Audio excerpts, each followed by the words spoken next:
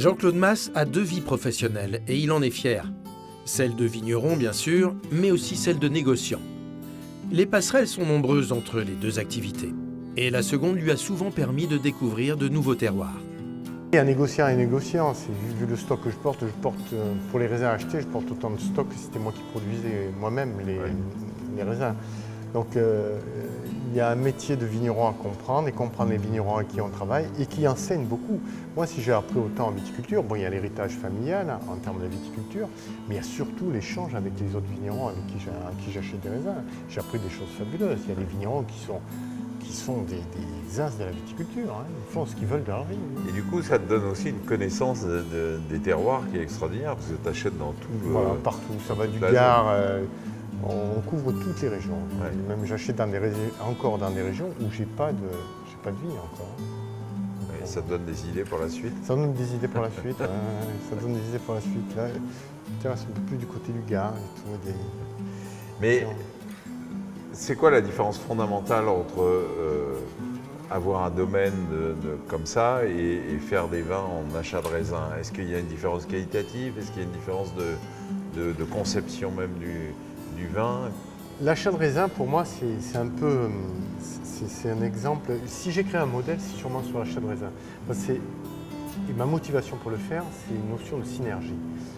Je vois qu'il y a des vignerons qui travaillent d'une manière extraordinaire pour produire des raisins. Moi, je prétends avoir investi, avoir des outils de vinification et avoir une capacité à vinifier, une vision à vinifier, une vision à assembler que n'ont pas ces vignerons et qui n'ont pas envie d'avoir. Donc, du moment qu'on s'assemble et qu'on se comprend bien, on arrive à créer des synergies fabuleuses. Alors, pourquoi acheter des raisins? Aujourd'hui, si je me suis construit, c'est grâce à ces notions de rapport prix-plaisir, c'est-à-dire produire des vins que j'estime exceptionnels pour le prix. Et ça, c'est le but. Ça ne peut se faire qu'avec une maîtrise parfaite de la viticulture et de tout ce qui s'ensuit. Et je prétends qu'à une grosse échelle aujourd'hui, je ne peux pas être aussi bon, moi, partout, que c'est qu'est un vigneron, un viticulteur, pas un vigneron, un viticulteur sur son propre domaine. Pour moi, l'exemple type du vigneron qui va m'apporter ses raisins, c'est quelqu'un qui a 50 hectares, qui fait probablement un peu de vin lui-même et qui va me confier 20 à 30 hectares sur lesquels je vais acheter le raisin et je vais grandir avec lui. Lui, il exploite de manière plus efficace que moi parce que c'est comme la vie, quand le patron est là, il vaut X employés. Quand c'est sa propre entreprise, on a une efficacité qui est autre qu'une équipe et donc ça, il faut le respecter. Et c'est des gens qui apportent des raisins de qualité extraordinaire, qui ont des terroirs parfois et qui n'ont pas du tout envie de vendre. Donc tout va bien et je leur achète le raisin et je le vinifie de la manière la plus efficace possible pour faire la meilleure qualité. Ça me donne des vins de rapport prix-plaisir extraordinaire.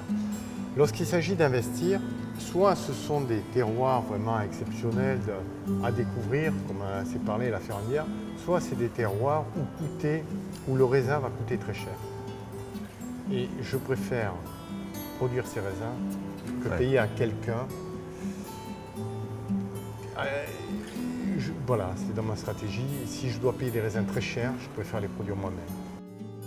Depuis son domaine familial, il acquiert ou développe en 20 ans 15 vignobles qui possèdent chacun une personnalité et des atouts très différents.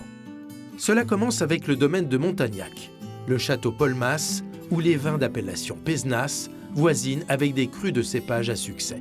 Entre l'étang de Thau et Montpellier, le domaine Silène des Pérales déploie ses 50 hectares cultivés en bio sur un plateau de graves et de sol argilo-calcaire.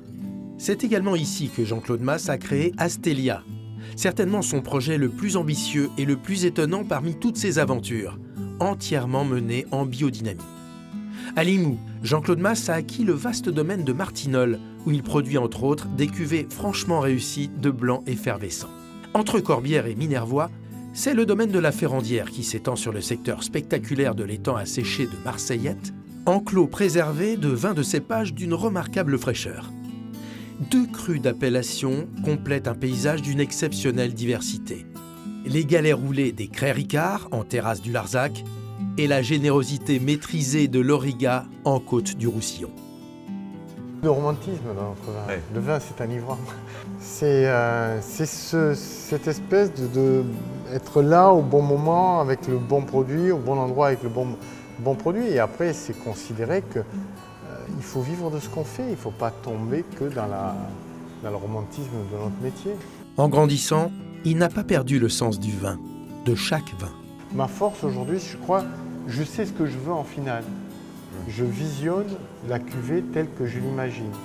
Ça demande beaucoup d'intuition, mais l'intuition ne vient que par le travail.